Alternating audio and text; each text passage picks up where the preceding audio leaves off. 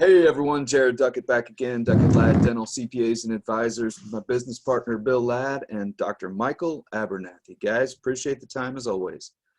Want to dive in a little bit this episode. I don't know if you guys caught the last one, but we got pretty deep on how to bring team members back, how to compensate them.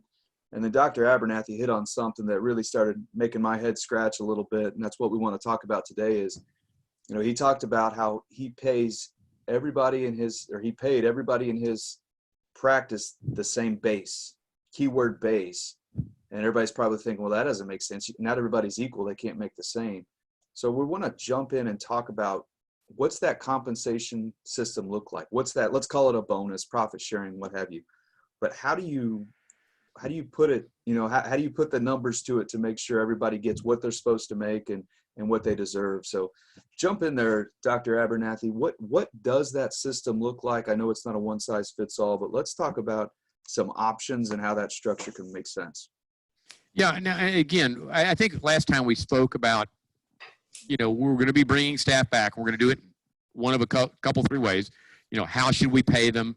Should we change the way we're paying them? We were looking at a mindset of looking at our own practices as if we were buying them from a seller and really taking a hard look at them to decide whether or not things were good, bad, what needed to be changed, what was going to be challenging, and then we're going to take on those challenging things and improve them before we come back. We also said that we, in a way, at least most of the doctors I've talked to, they no longer have any staff for their office. And at some point, they're going to have to hire them back. And then there were 2 or 3 ways that we might go about doing that. What you were talking about is, it was just kind of an aside. And I said, look, nobody I know ever, I had one doctor did this, but I paid my staff the same base salary. The assistants made the same thing as the front desk. The hygienists were paid on commission. The associates were paid on commission, but every associate I had became a partner in my practices. Okay. So, but the people that were paid salaries or hourly, however you want to say it, were all paid the same. Now, with that being said, that kind of brings to mind like, well, if I just hired somebody, you wouldn't pay them the same as the other people. I did. Okay. Now, but this is, we need to do a whole video just on that. It was in the book on purpose-driven, doctor-led, staff-owned, to understand that we need to begin with the end in mind. Like Stephen Covey's book, 7 Habits of Highly Effective People, the number one habit of really successful people is they begin with the end in mind, okay? How do you want this to turn out? Okay, so, and I hadn't thought about what I was going to say, but if I look at having employees working for me, what would I want that to look like? Well, one, I would want them all equally motivated. I would want them to have incredibly good people skills. I'd want them to know the business of dentistry. I would want them to be a team rather than a group of people working together.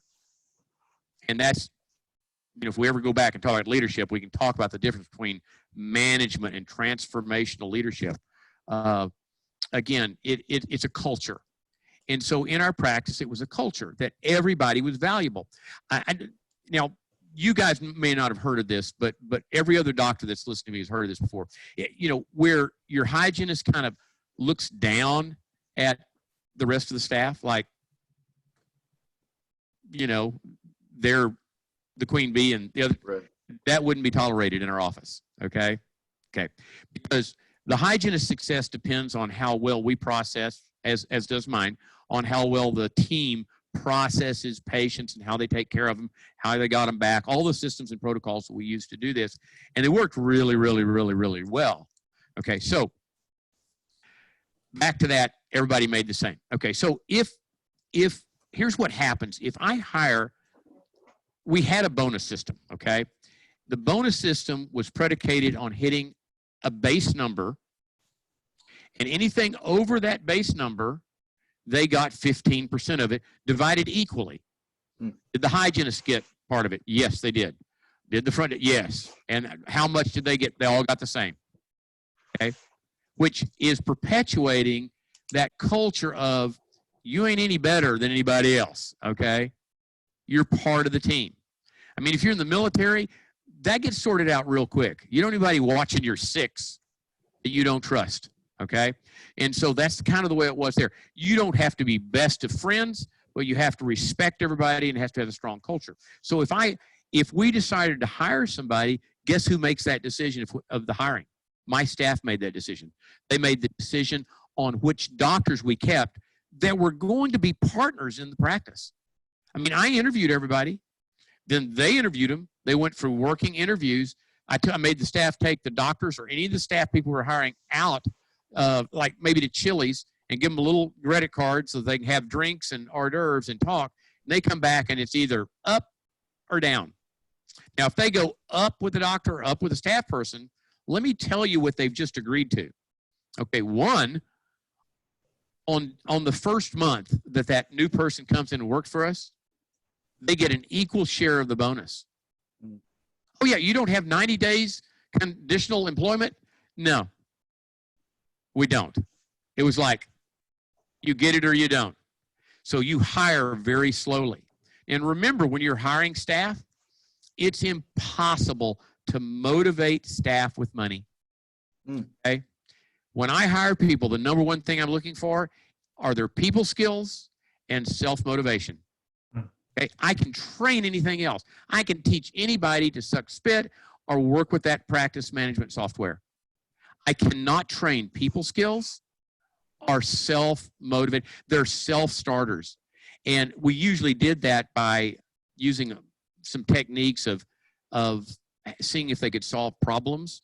And again, staff, it's almost like women. I mean, I'm not going to say something sexist. You guys can relax. They're going, oh no, what are you going to say? Okay, what I was going to say is that it seems like females, now I realize there's female doctors out there, but it just seems like once you get the DDS after your name, you lose this particular gene.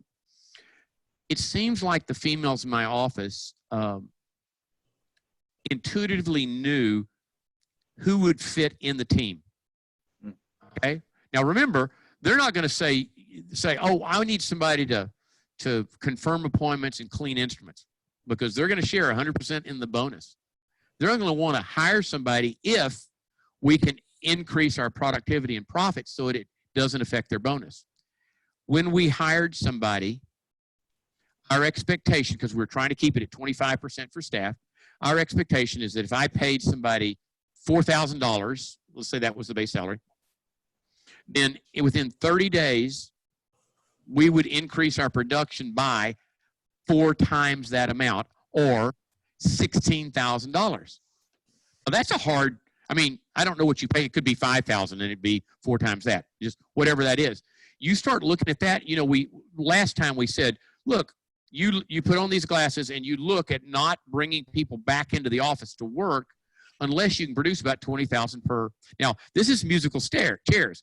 I am sitting in a law conference room in my brother's law office, and there are like 10 chairs around here. It's like they turn on the music, and we're walking around, and you only get to sit down if I point at you, but there may not be enough chairs for everybody, like musical chairs. So if you did this and you started hiring people back and putting them into the office and letting them work at about 20,000 per employee, you may find that the last person you finally select to come back is probably the person you should let go first. I mean, is that, you know, I hate to be that black and white about it. Okay, so we're back to this deal of how I'm paying them. So they all made the same. We replaced their like cost of living raises, and I don't like longevity-based raise. We talked about that with this bonus system. It was basically, you know, if you wanted to make more, we had to do more. We had 2 options. We either produce more or we lowered our overhead. One way or the other, we could change the BAM, whatever. But when we hired this next person, it had this effect. When we hired them, okay, the BAM number, the number that they don't get a base below this, okay? Once they go over, they get 15% of everything. And we'll talk about it in detail in a minute.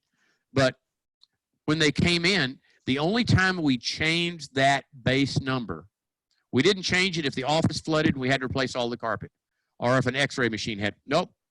And I'll tell you how we got to the BAM number, but that didn't affect it. The only time it changed in my entire time was if we hired a staff person, an extra staff person. That number increased 4 times what we paid that person, okay? And I never had, we had this happen. We hired staff. It never affected what they made in bonus. It always went up. We had an unusual thing happen where we outgrew our facility. We had 10 ops of, I think at the time it was 7 or 8 full-time hygienists and 3 doctors.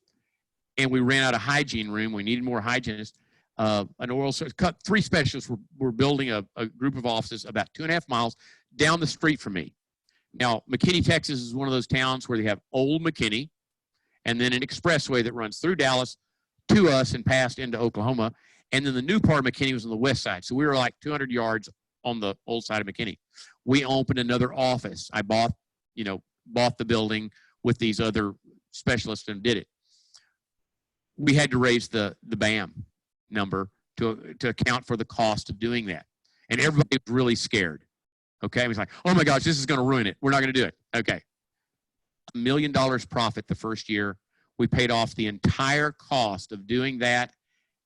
I think it was I want to say 15 months. It may have been 18 months, everything. Wow. The building, no debt whatsoever. We kept 1 doctor, 2 hygienists there. There were 6 ops. We kept 2 doctors and 4 hygienists working at the other office. And the hygienist came up with an idea to, like, if you'll let us work 4 10-hour days and 1 Saturday a month, it ended up being the same hours that it was when they worked 4 days a week apiece, and we could hire more hygienists. So my staff, I always depended on them to help me come up with solutions. And the nice thing about them hiring the staff is now they own the problem. That person comes in and we don't produce, it was their fault. They always produced when they hired them. Me, I'm looking for somebody that looks like a Dallas Cowboy cheerleader. They always got somebody that was the perfect fit for our team. One of my assistant hires, Candy, I love Candy. In fact, her birthday is in April, and every April 1st, I send her a text saying happy, because she was kind of like a queen. I mean, she was like, I think she was an only child, okay? But it's like, I just kind of made April, I think her birthday was on the 19th, but the month of April was her birthday month, so I always sent her a text like, happy birthday month. Yeah, the first time, you're right, it is my birthday month, But she was like 6'1". She had big girl hair. I mean, like country girl hair. I would have picked somebody nice and cute and short and, bubbly. But she had incredible people skills. Everybody loved her.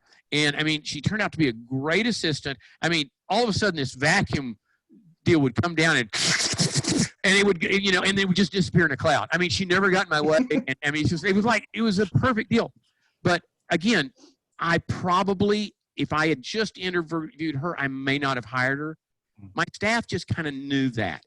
And it was part of the mystique of the culture that we didn't have the turnover offices had and stuff like that. So, again, how I paid them was real important. Now, let me do some opposite examples before we go to a bonus. And let's talk about hygienists for just a second. Is that okay, Jared, Bill? I mean, okay. Now, traditionally, they're paid hourly. Traditionally, I think right around now, I think it's probably like, because it varies from place to place. There are states where if they work for a couple of years and you mentor them, they can be hygienists. But in most states, they've gone to hygiene school. You're talking about $35 to $42, $43 an hour. Okay. Okay. Now, I love my hygienist. Okay. I don't want, if one of these hygienists gets hold of this, not my hygienist, they know how they were paid. They wouldn't want to be paid any other way. Okay. But if you've got a bone to pick with me, don't call me, because I do care, but if I agree with you, we'll both be wrong. And so, I'm not going to change my mind about this. Let me ask, every doctor here to do this one thing. In your practice management software, I want you to run a production by provider for all of 2019. Okay, so you'll get a read off where it has, you know, doctor's name, hygienist's name, and associate's name if you have associate. But it'll just say, you know, Susie did this much production during the year of 2019. Then I want you to take the total pay for each of those providers. Okay, so we're just talking about hygienists now. So I want to know what Susie was paid, and there's some things that might not show up on her pay, on her, you know, what the CPA would give it to you. I mean, if you're spending money on, you know, workman's comp or continuing education, some benefit or bonus that wouldn't show up in their pay, add that to it. Okay, but they're paid this much. Okay, I want you to divide the production, which is the big number, into this. So even though they were paid hourly, it converts it to a percentage. So now you know, even though you paid them hourly, this was the percentage of what they collected or produced, the net adjusted production they did, that you paid them. And tell me if you can live with that. Now, historically, what's happened is this.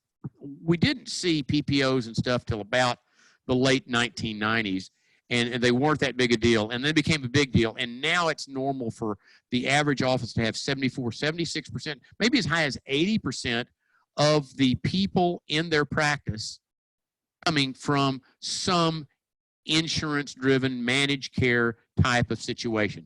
So what you get paid is not your fee-for-service fee, right?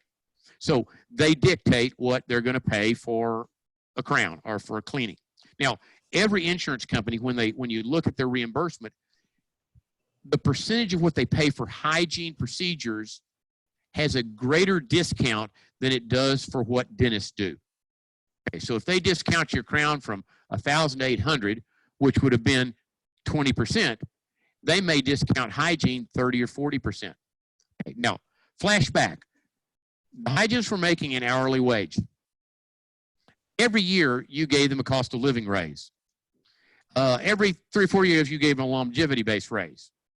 And again, there's even this mindset that hygiene is a loss leader type of deal. You know, if I break even, it's okay because I get to work on the patients. Wasn't in my practice. They were doing at least a third of our total collections. Wow. Okay. Okay. And in a practice that's doing millions and millions of dollars a year, they did pretty close to $2 million a year. Okay. That was not a loss leader for us. Okay. It should not be in your business model. Okay. Now, you've figured out what you're paying your hygienist. Don't even start, you know, just turn the tape off and go do this. Okay. Look at the percentage and you tell me how you feel when you look that you're paying them 48%, 67% of what they did in salaries. Now, would you have paid an associate that? Or associate, have you been offered a job of 45%, 47%, 60% to do it? Okay, I think not. And so, okay, Bill's going to ask me that question about the non-assertive doctor. Okay, now again, just like we talked about it before, you know, if you hire all of them back at full salary and the supply and demand changes and we only have 50% of the people come back right now, and it takes 6 months to kind of get back up to create that momentum we had. And keep in mind that first month you come back, you're not going to have insurance checks coming in. Yeah. They came in a month ago. Okay, we got none of that coming in, so there's no wiggle room here. And when the federal, you know, SBA package wears out, I mean, you should be like biting your fingernails and looking at this going, what am I going to do? You're still going to have the conversation. So again, this is a perfect time to think about hygiene too. Now, could there be a possibility that they don't want to do work on a commission basis? Absolutely. I think it'll be 100% case. But you got to think, if it doesn't come back for you, it's not coming back for other offices, and they're going to be probably, even after 2 months, I think there'll be a 40% unemployment for dental employees. Yeah, so what I'm hearing you saying, it's a whole lot easier to have this discussion now with what's going on than it is six months ago when this wasn't going on, and going to them and saying, hey, we need to look at your compensation It's a structure. reset. That's right. It is, and it's going to be the easiest time for, I mean, the assertive doctor is just going to go, I don't care. You do it. You know, if you don't like it, let the door, you know, don't let the door hit you in the bottom. But that's not the way most of us think. Yeah. You know, I don't want to get into confrontation with my staff. Okay. But the reality of showing them that percentage and showing them what your overhead was before, I shared, you know, when we talked about P&L, we said this, we gave you a format. You followed up with that. You're going to change the format over to a cash flow kind of deal. It's going to have divided into 6 or 7 categories. It's going to have percentages. If the ideal is 25 to 28% and you're at 45% for staff salaries, I'm sorry. There is no way to bail you out of that without you making some of these difficult decisions. I wish there were. Okay. I mean, I've had doctors that, well, I'll be glad to have a conversation with them, with the hygienist. Or I'll have my hygienist have a discussion with your hygienist. And my hygienist would go, I said, if you were making $44 an hour, would you want to do that? And she goes, are you kidding me? I do $35,000 a month by myself in hygiene. I make 30% of that. You tell me what I'd rather do. I want control. I mean, it's like Helen Reddy singing, I'm warm, woman, hear me roar. I mean, it's like, every hashtag, it's like they're going, no, I want to be treated as professional. I want control. And it's amazing when you do this and change this over to commission. It always seems like, well, let me just ask the doctors. I said, does it take an hour to do a recall appointment in hygiene? And they're all going, yeah. I said, as long as you pay hygienists on an hourly basis, guess what? It's going to take an hour to do a recall appointment. Now, I'm not saying it doesn't take an hour. What I'm saying is it doesn't take an hour on every person. Yeah. It might take 70 minutes. It might take 45 minutes. But, I mean, give me a break. You got a guy coming in with a denture and a lower partial, only has 2 teeth in his mouth, and you take an hour? Okay. Okay. Now, I keep telling Jared and Bill that we're just touching the surface of this, that there's so many other layers. I want to give you a ripple effect of this. Okay. So you've got a hygienist. Okay. Average number of new patients is about 20 to 30 a month for an average practice with one hygienist. If you have more than one hygienist, it needs to be double that. Okay. So the hygienist can only see 5 or 6 100 patients a year if she sees them twice a year. Okay. Now, you look at your schedule. Doctors seem to be scheduling on the hour. You'll find that your scheduler, close to the end of the day or close to lunch, she'll extend that appointment to come down to lunch so they know they'll get lunch on time. Okay. Or to okay. The hygienist, every hour they've got somebody. So every hour, okay, the front desk, it's kind of like we're doing this on the day before taxes are due. If we didn't have the, and normally you'd be like the front desk in an office that has 2 or 3 hygienists working and everybody's schedules on the hour. You'd be sitting here, it's 10 minutes to the hour, everything's fine. About 10 minutes before you start, because in 10 minutes, 5 more patients are going to come in and 5 are leaving, and no one can handle that. You're going to look like an idiot up there. Okay, so again, I want them to have as much time as they need. I want them to make more money, take home more money than they're making now. But it has to fit through a matrix of a sound business practice. Well, to go back to what you just said, so you're talking about the front desk scheduling out and maybe stretching that appointment into the lunch so that they could have the lunch. If you flipped and went into this compensation structure, that hygienist would be going to the front desk and saying, why'd you do that? We need to squeeze somebody else in here, and changing the whole mindset shift of self-employed. I mean, trying to produce revenue and understanding how that business model works.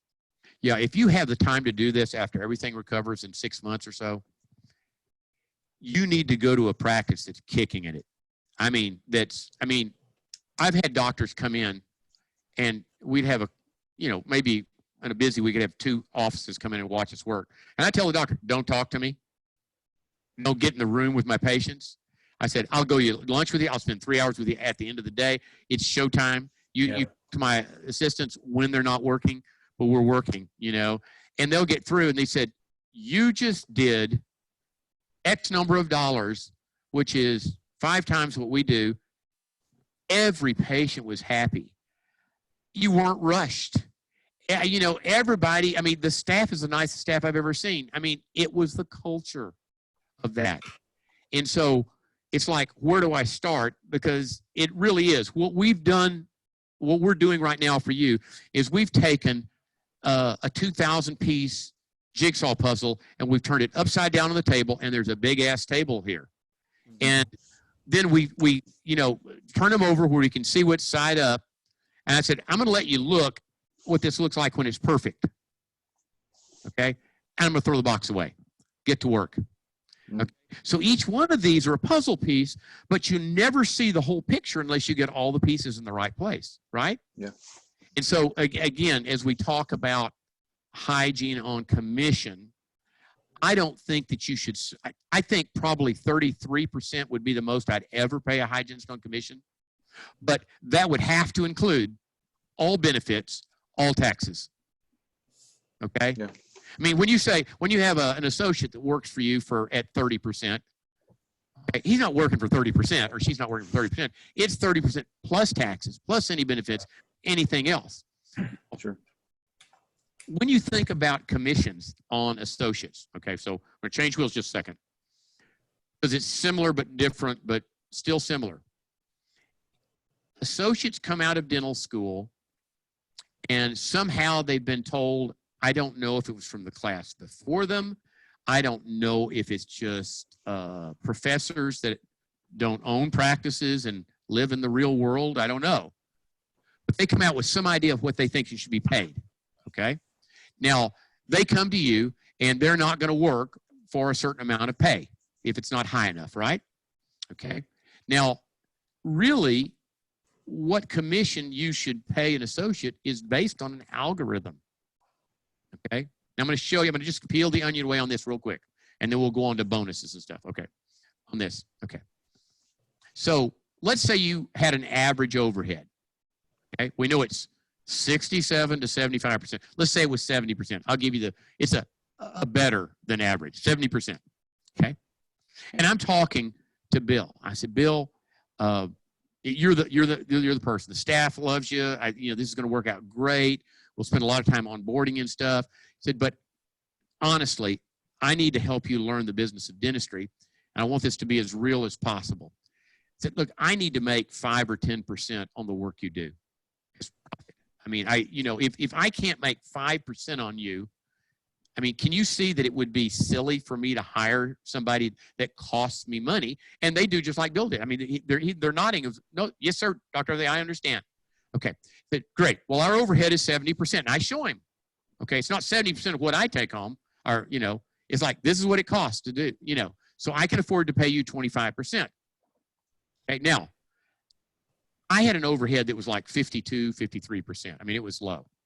But I never paid an associate more than 25% because by the 6th month, they had an opportunity to buy in.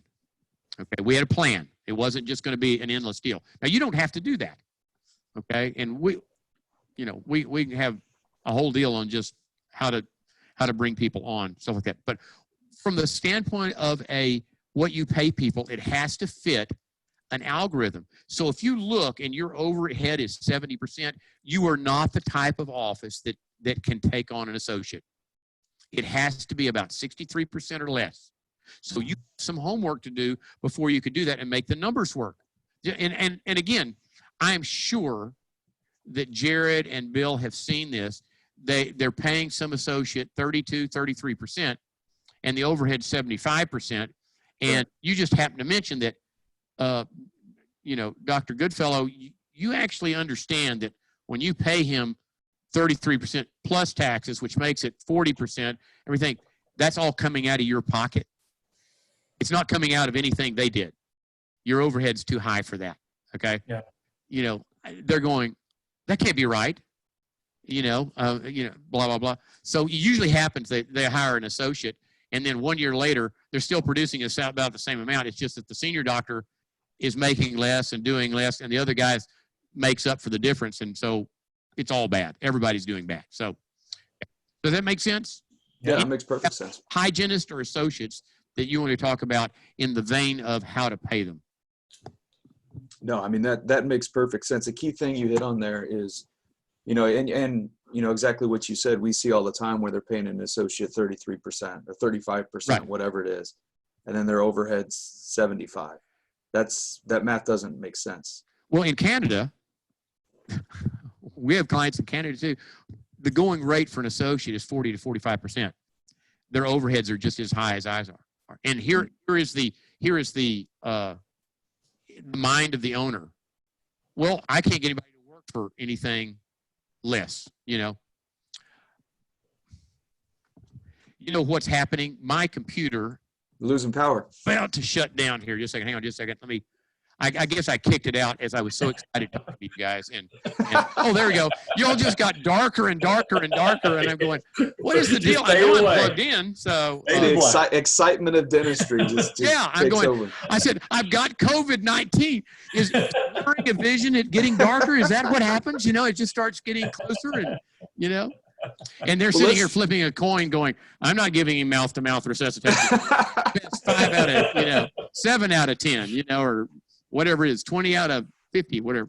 Okay, so let's do this. Let's dive if we can. So we hit on associates, we hit on hygienists. Let's dive into that bonus plan. Let's dive into little detail exactly so we can give the viewers an example almost of, I mean, you hit on the base, anything over 50% equally. Let's hit on that for about 10, 15 minutes if we can, just to give them a good takeaway on. Well, give me, you know, start with the number 2 slide, and let me just have that bonus slide up. And let's just run through, you know, kind of what a bonus is, you know, kind of what it has to be. And then I'll give you an example with math, if that's okay.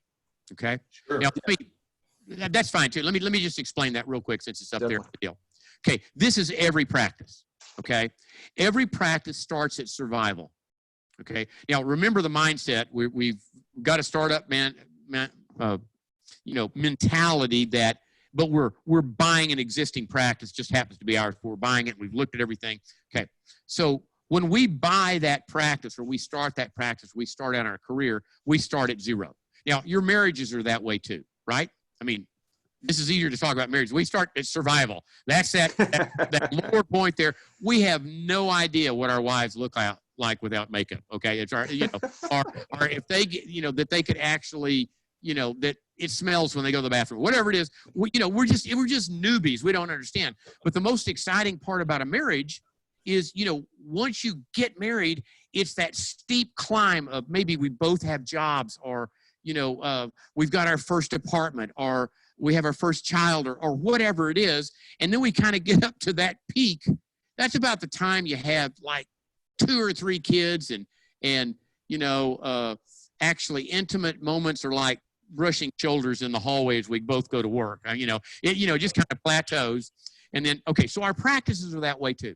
So if we're looking at scratch here, the thing that makes the growth part work is, you know, more new patients, producing more on each new patient, kind of learning the ins and outs of the practice management side of our businesses, and learning the financial side, and expanding the range of services. So, but we all are like bricklayers. We can only lay so many bricks each day.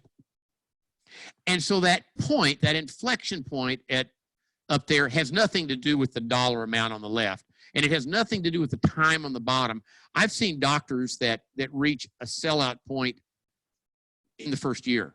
But we all reach a plateau at which, you know, it's just kind of got the same number of patients. We kind of got the same production level, the same overhead, or maybe we have a little overhead creep and it's getting less and less. We just can't seem to get over that hump. We've never had where we've got to that plateau and it just drops off to 0, because that's where we are now. Okay. But it's important that when you hit a plateau, that you change and adapt. You add another service. You market more. You add another doctor or another hygienist. You hit a plateau, you do it again. And it should always continue to grow. Now, the bad thing is I run into doctors near that where it starts to drop off the plateau, where that's kind of the leisure time.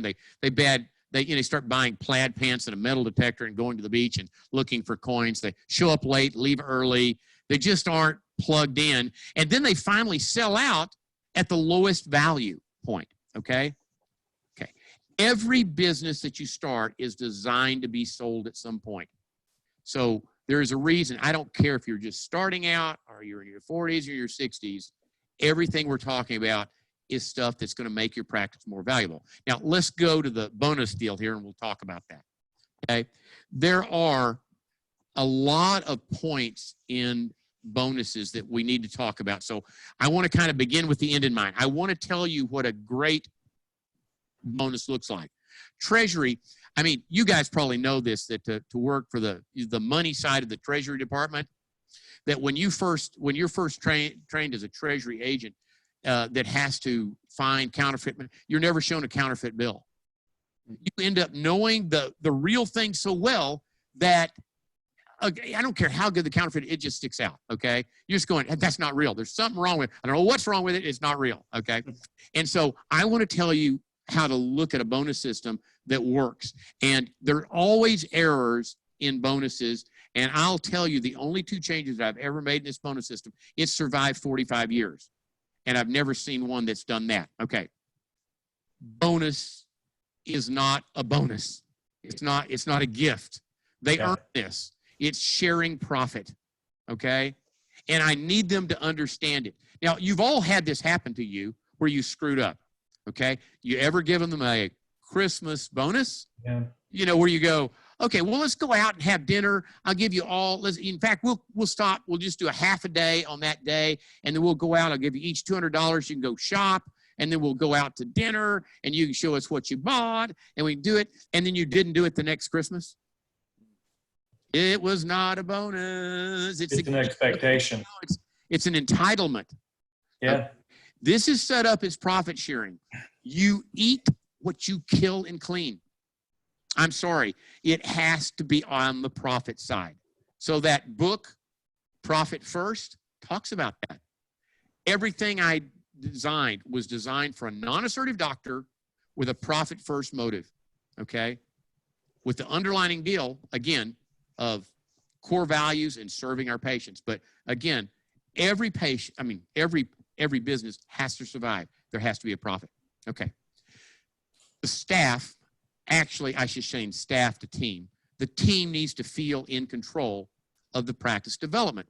You know, when I talk to practices that, because I only get calls from doctors that go, I don't like the results I'm getting, right? So how can I improve something to make that happen?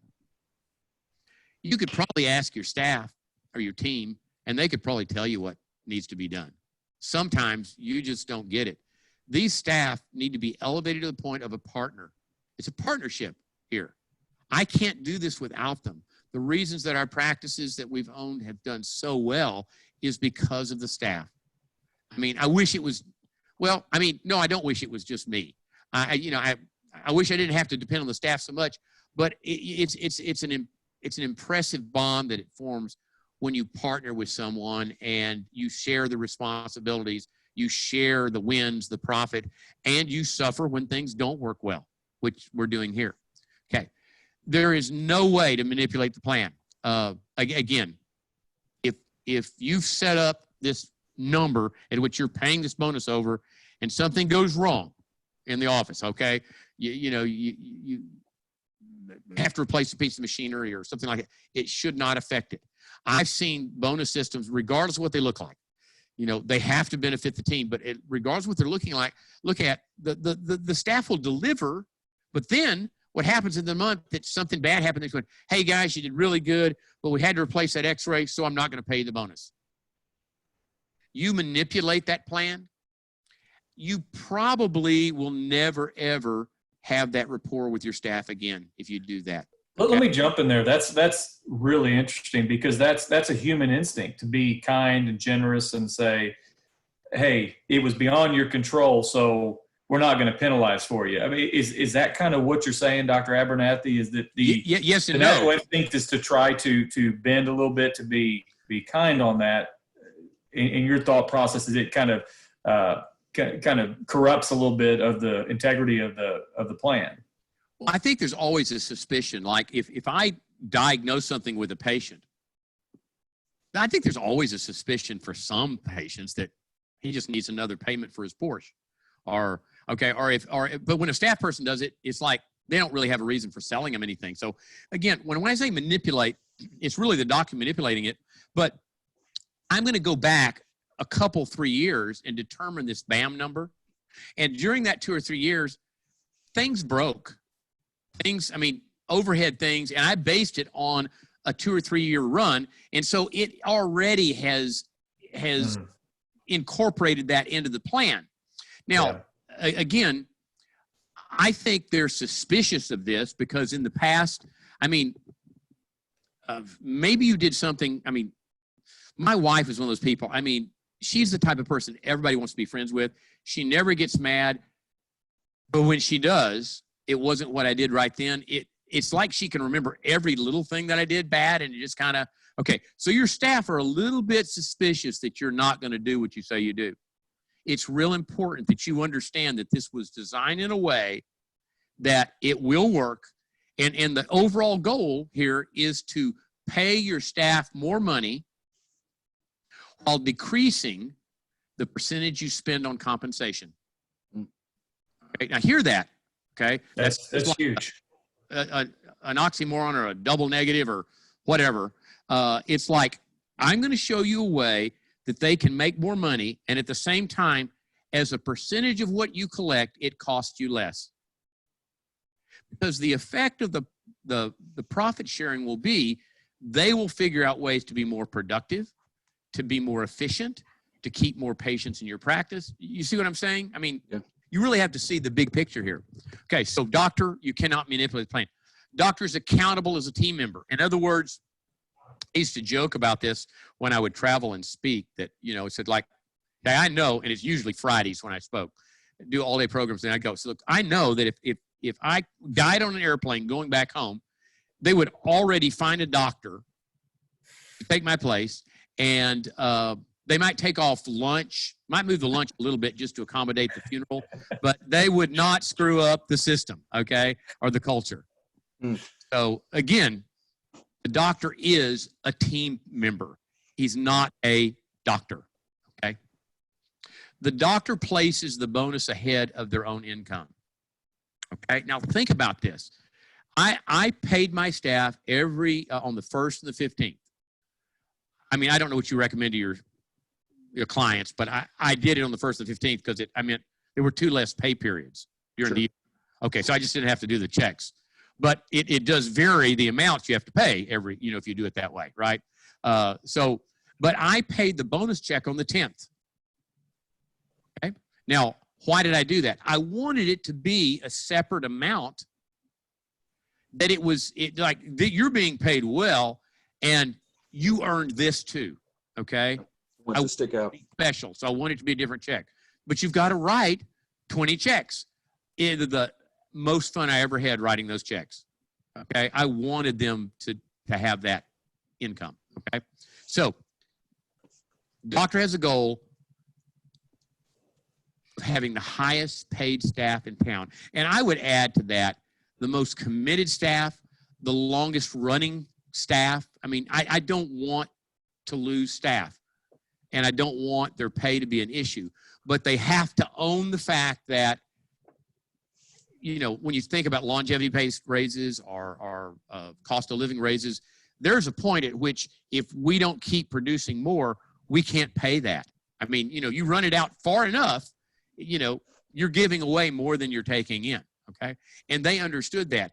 And it was funny because they decided which doctors we hired, knowing that if that doctor came in, well, the doctor didn't get a piece of their bonus, but we generally had to hire another assistant or two, that if that doctor came in and didn't perform at a high level, and of course they could help them. The hygienist could help them triage the patient and get the patient to already commit to doing treatment before they walk in the door. They could make sure that they kept them on time. They could make sure, they were key to making everything run.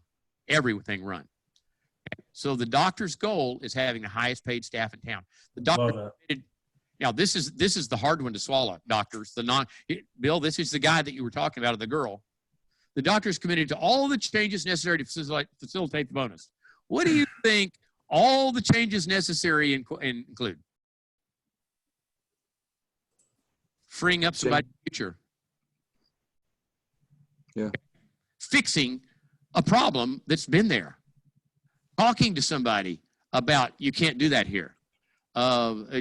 Spending the money on marketing. Working consumer hours. You think about it. I mean, doctors, in a way, are the number one reason their practices do well, but they're also the number one reason they struggle. Okay, I'm sorry. By omission or commission, the buck stops with you, the doctor. Mm-hmm. And so you're on the previous page where it talks about being just part of a team, you're not, quote, the doctor, you're a pair of hands. And my staff, they would, this was actually when we had x-rays, but I remember one of my hygienists, the little Vicky, comes in. She said, "Doctor, I need to show you something." She showed me an x-ray. And I said, "Okay, what is it?" She says, "It's tooth number 18. It's got a crown on it." I said, "Okay, is there something wrong with it?" She said, the distal lingual margin, the back inside margin for you guys, it's got an opening. And I said, "Well, tell them they need a new crown, And then I said, "How long has it been there?" He says, 2 weeks. And I said, "Who did it?" "You did it." Okay. No, I did it. Okay. Now our protocol was, the assistant removes the temporary, places the crown, takes an x-ray of it. Okay. Feels around it, clings around it, checks the bite, everything. We had lab technicians come down and look at the shade and color. They check it. The patient, how does that feel to you? Rub your tongue over it, anything sharp? How's it look in this light and that light? Everything looks okay. Then I come in and I check it. Okay. And then we submit it. We missed it. We screwed up. She wasn't going to let me slide on it. But when she went back to the patient, she covered my tush. And she goes, "Mrs. Jones, do you feel like a little rough spot on that back corner, that crown that Dr. already did a couple of weeks ago?" And she goes, "I don't think so." And she says, "Well, I feel a little piece of the porcelain chipped." Okay, and her nose kind of grew a little bit. Okay. And she says, "We need to fix that for you. There's no charge at all. We can do it whenever you want to." They said, "We need to get that fixed." They had a culture that I was no higher. They could talk to me about things like that. Okay. So does that make sense?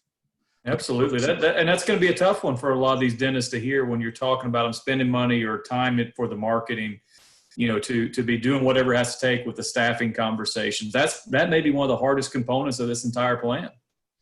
Except, now, you guys are real good at using accounting words. Okay. From now on, anything that we ask them to do is not an expense. It's an investment.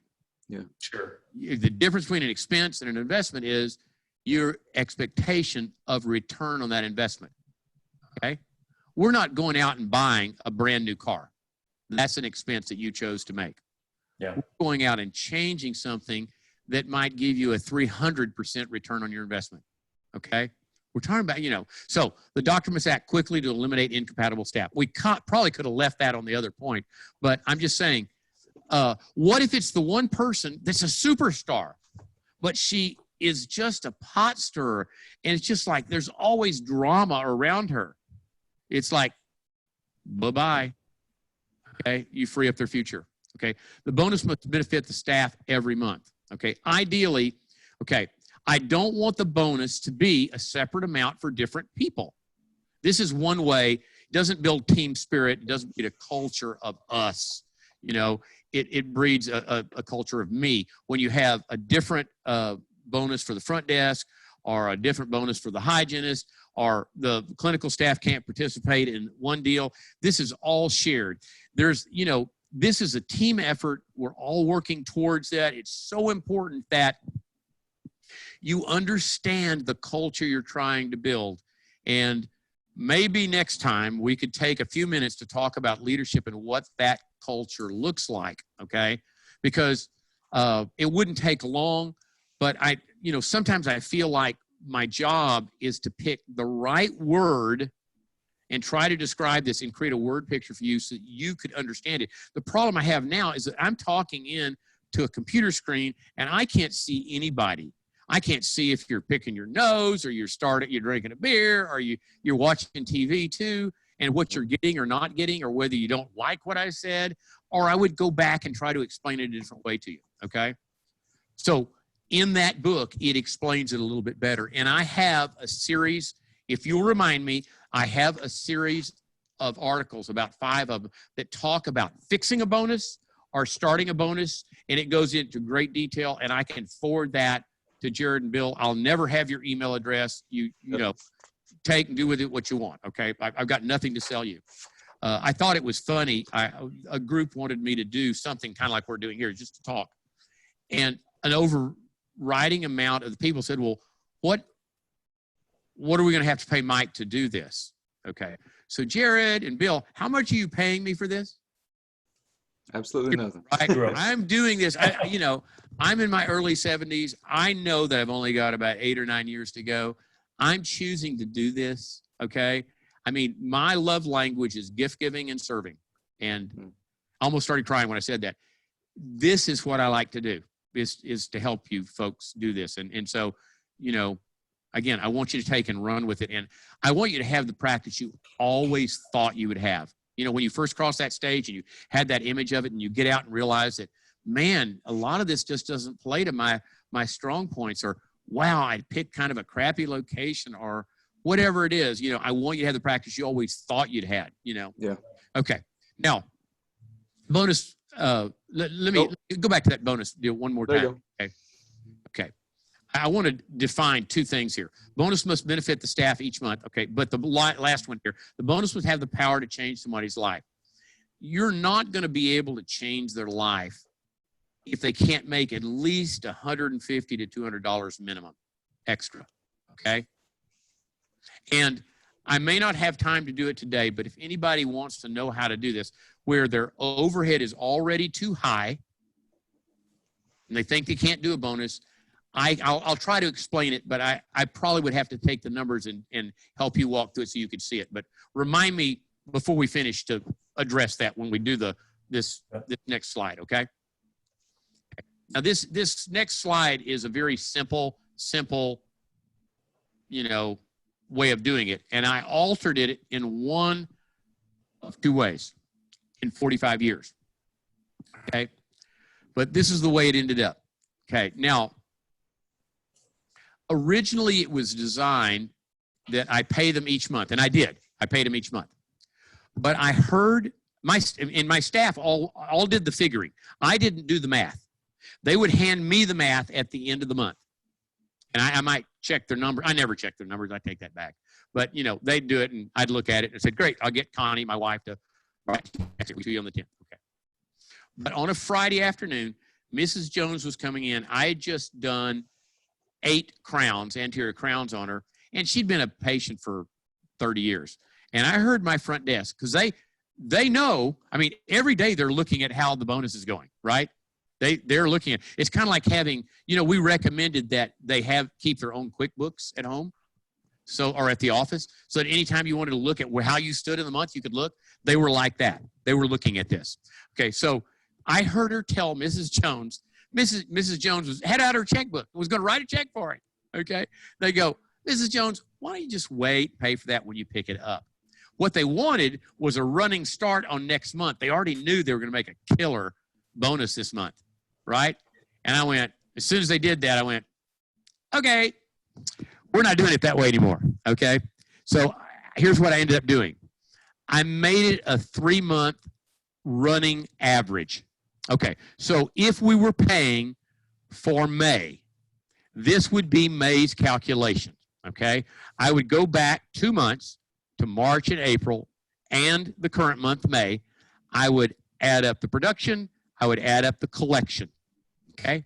Now, I don't want to penalize them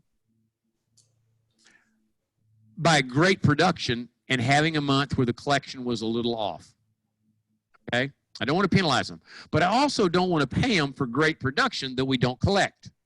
Sure. So what I did here was, if the collection to production ratio was at least 98%, I would average those 2 totals.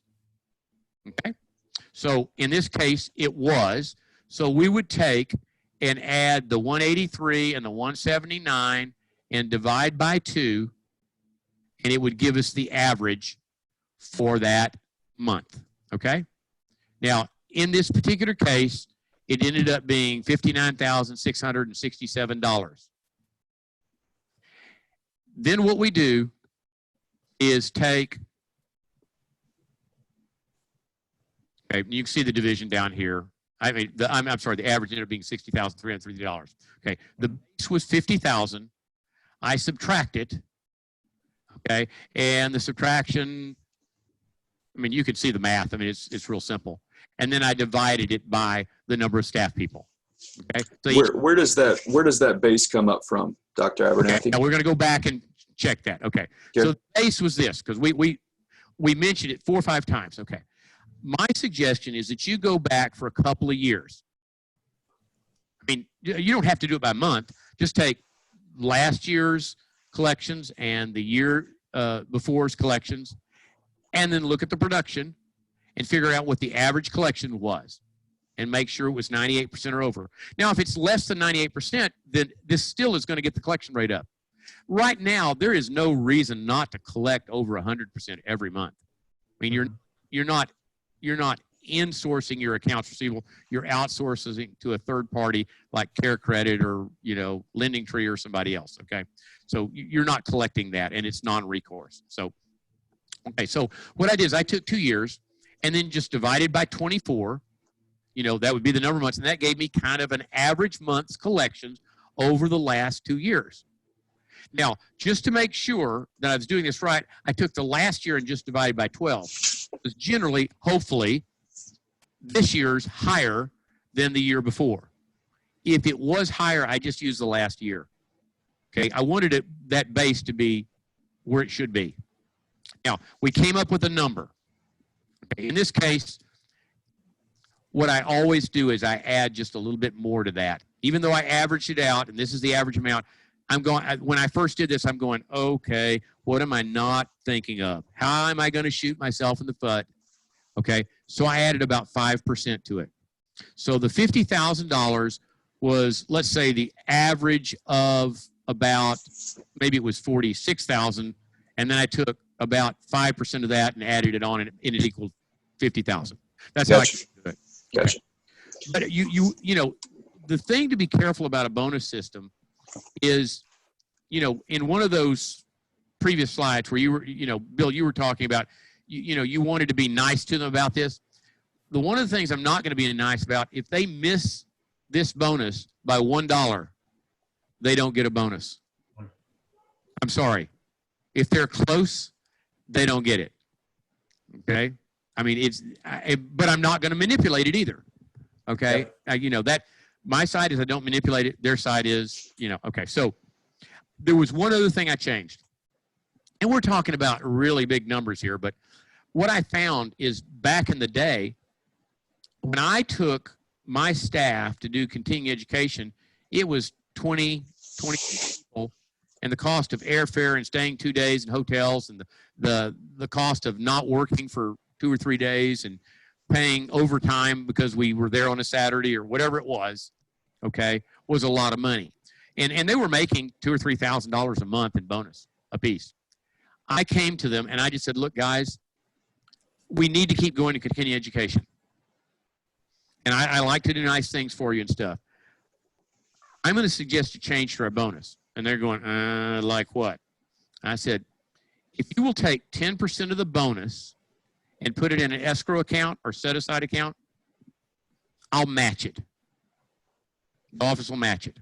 And we'll use that money to have Easter egg hunts with money in it and go on a cruise or do continuing education or Christmas parties.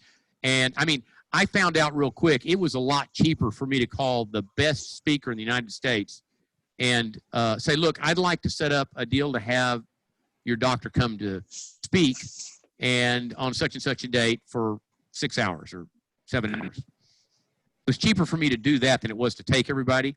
But it was really funny. About 2 weeks before their handler, because these were big speakers, that, I mean, everybody you can think of. I just went, it might cost $10,000 to have them come. And their follow, their pre-op people would go, okay, so we need to know about how many attendees, how much material we need to bring, and something. I said, there'll be 23 people. Did you not advertise this? And I went, no, you're just doing it for my office.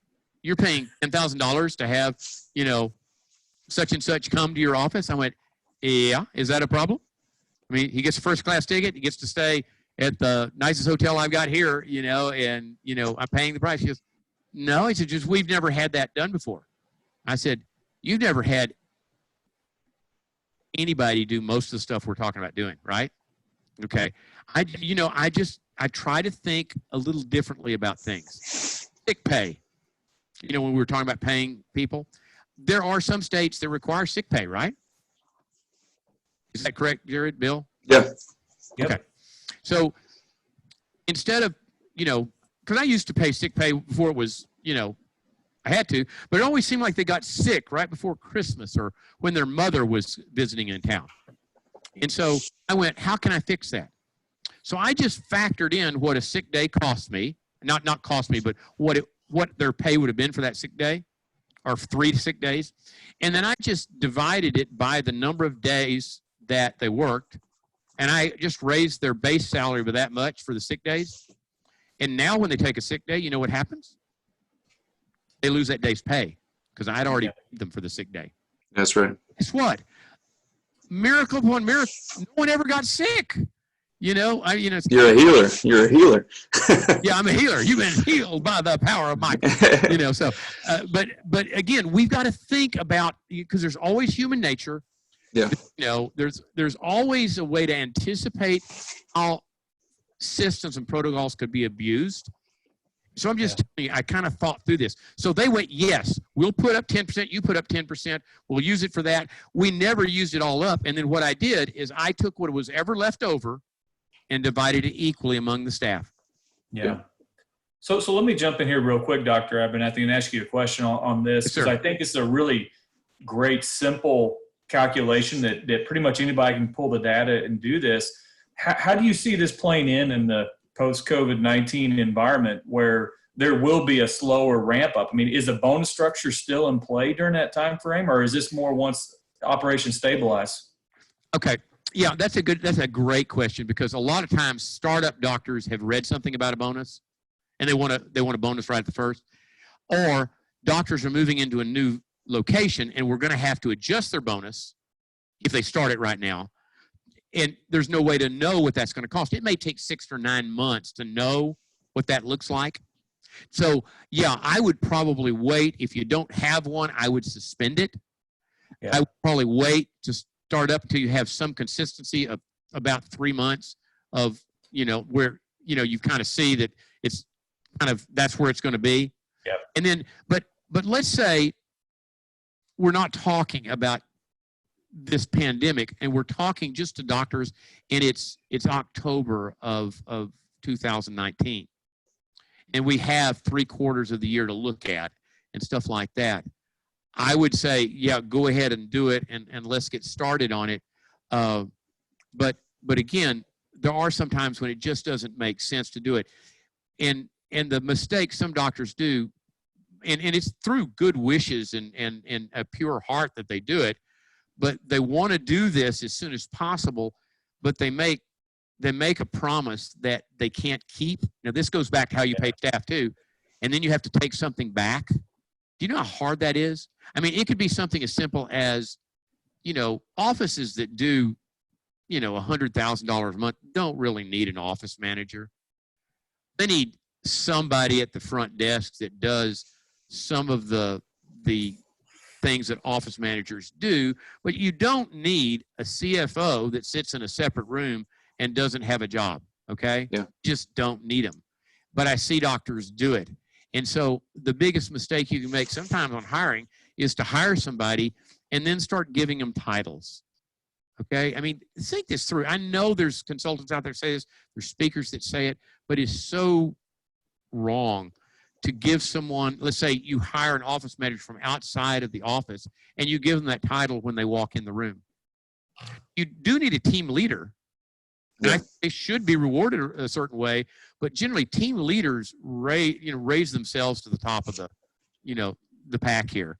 But you give someone a title so they have positional authority without having earned it, you're going to kill your practice. Just kill it, okay?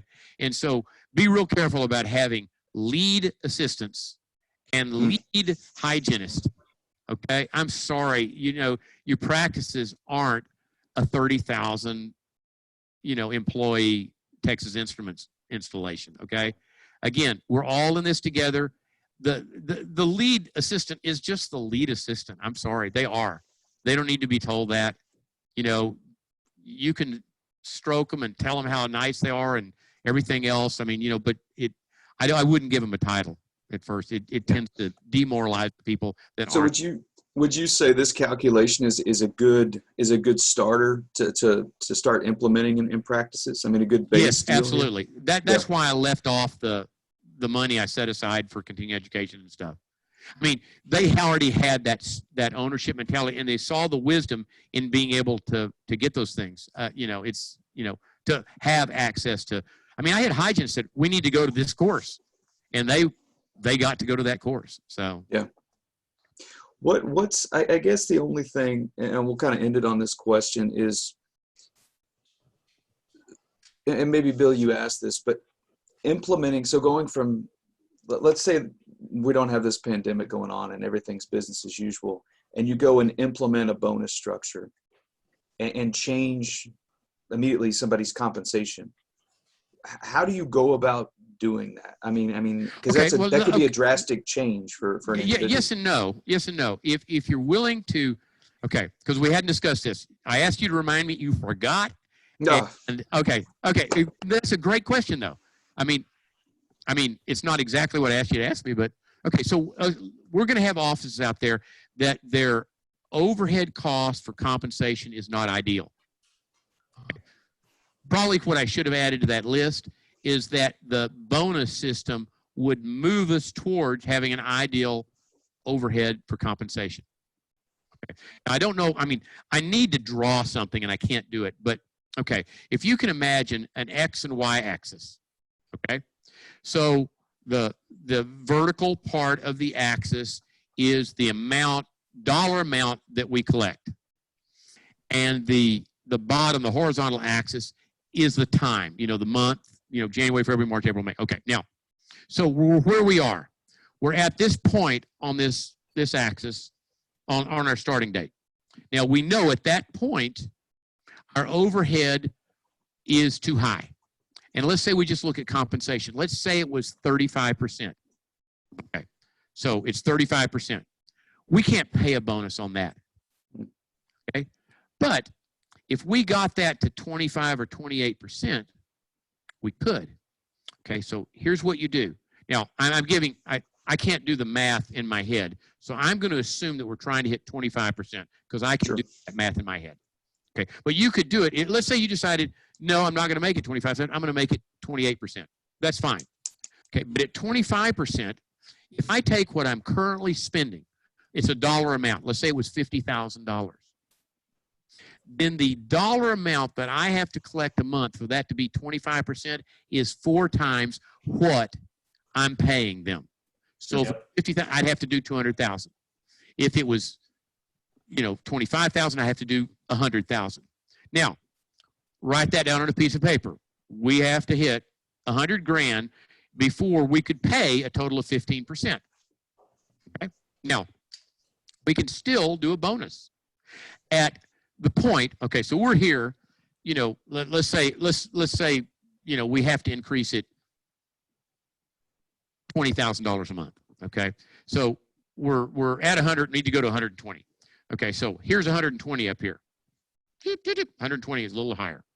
Okay, and at this point, we're going to pay them 15% of everything past that amount. But how do we get them from here to there? Let's divide this into equal increments of, let's say, $5,000. So there's 4 points.